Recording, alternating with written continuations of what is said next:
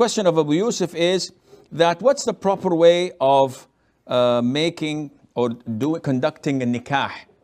His reason of question is that there was a sister staying home, and in the masjid, the qadi, the ma'dhoon, whoever, asked about the guardian, and her elder brother, who is the guardian, deputized two of the elders, like uncles or so on.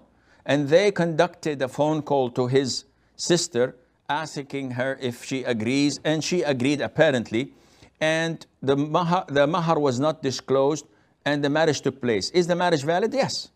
See, the marriage, to be valid, there has to be the presence and consent of the guardian, who's usually the father. If the father is dead, then the brother, the eldest brother. The consent of the girl, the presence of the groom and his acceptance, and two Muslim witnesses. Is there any need for a qazi or for a ma'dhoon or for someone of an official position? No. If I want to get my daughter married, I would say to the man, I give you my daughter in marriage. This is known as Ijab, the proposal. And if he says, I accept her marriage, this is Qabul, acceptance. In the presence of two other Muslims, male Muslims, khalas, the marriage officially is conducted.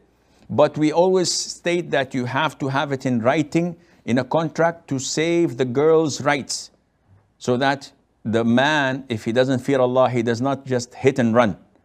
No, there are witnesses, there is a contract written officially. She can go and claim in the court through the legal system, etc., and demand her rights. Not naming the mahar, this is also acceptable. But now, it is not up to me and her to decide afterwards, though the marriage is conducted, that, okay, let's bargain. I say 10, she says 50. I says 20, she says 40. No, there's no bargaining. How to know what the mahar is? The officials ask in her community, usually a girl of her age, 18, 20, 25 years of age, how much is she entitled for as mahar in the community? And they would say, wallah, she's entitled for 20,000, 30,000, done, deal. He has to pay this amount, and there's no problem in that, inshallah.